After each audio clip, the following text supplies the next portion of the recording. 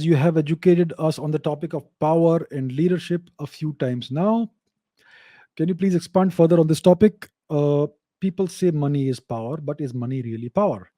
If a person, if a person has more money, does it mean he or she is more powerful?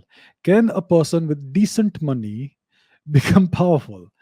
These are interesting questions, right? Uh, is a good amount of money a must for a person to become powerful? Basically, what is the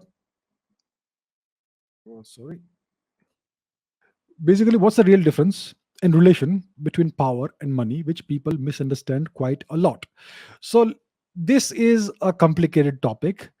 Power is completely different from money. Money is currency. Money is something that represents a certain kind of value which can be used to acquire materials, goods, services, even power. So you may have a lot of money, it doesn't mean that you have power. Power is different. Power means the cooperation of people, not just cooperation, obedience of people. It is that obedience of people that creates power. Look at any dictator, king, emperor, queen, whatever in the world, politician of today. Where does their power come from? It comes from the fact that people will obey them and do what is being told. That is where power comes from.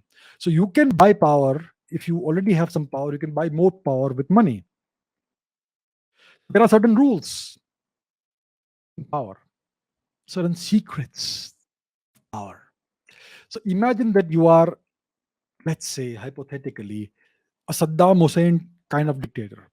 You have a country that you are a dictator of. How do you maximize your power?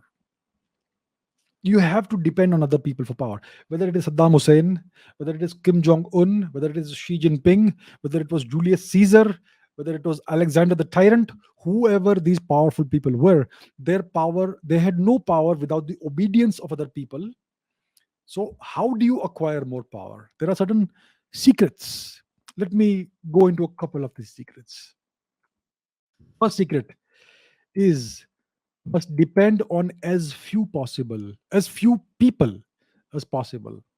If you want to maximize your power, you will need a certain number of indispensable people who will be your enforcers, who will do the things you need them to do. For instance, Mohandas Gandhi had an enforcer. His name was Vallabhbhai Patel. Patel was the enforcer of Gandhi, the guy who did all the organizational activities and kept the Congress party minions in line.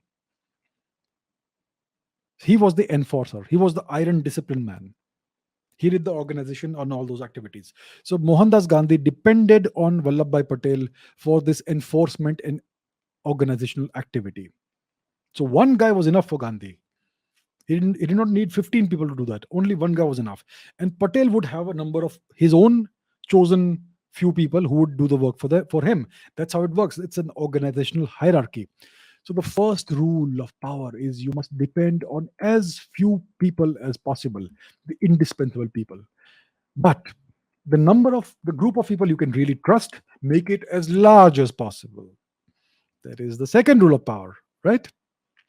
And there are other things as well. So all of this has nothing to do with money. It has to do with how you deal with people and how you organize your power structure. Now, the second point that I spoke about, that depend on the group that is loyal to you, the group of people you can trust, make it as large as possible. In that, money can come in. You can buy loyalty and obedience with money in that big group, but the small group you cannot buy it with money. For that, you need a certain shared ideology or shared purpose. So it's a complicated thing. I am just skimming the surface of how it is. So that's how power works. That's how politics works. You will understand if you get deep into it someday.